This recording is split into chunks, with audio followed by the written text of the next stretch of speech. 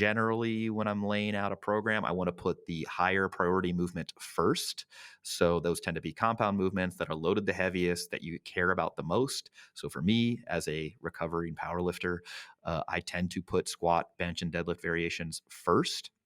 In a week where I'm training 4 times, 5 times, 6 times, if I'm doing more sessions, more frequent, a higher frequency of sessions, I would tend to alternate doing an upper body movement first, and then a lower body movement second. So I wouldn't just have like squats first every single time, even if I was doing, 1 or 2 movements per day.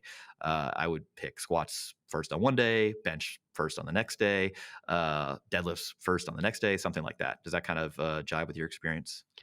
Yeah, I think that, in my historical setups, I've either had access, like in my garage, I might have been able to have two racks during certain periods of my life, or other times when I just had one, but it was like one of the deeper racks. And in that situation, I'd be able to set up two movements on the same thing. So maybe bench out of the front and squat out of the back, or overhead press out of the front and deadlift on the platform in front of it, or something like that. And alternating those movements, like you mentioned, upper and lower body, even within a session, not even necessarily across sessions, is an extremely useful tool, because you effectively, given that I do not generally take many of my sets, if any, to failure, it means that I can move between them with relatively short rest periods, alternating between the two, and so you can get a really good, effectively a full body stimulus on two exercises going between them when you have that type of a setup.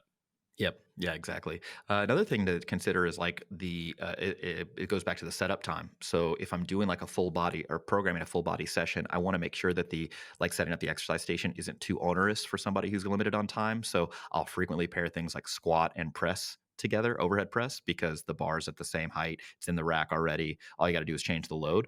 Or same thing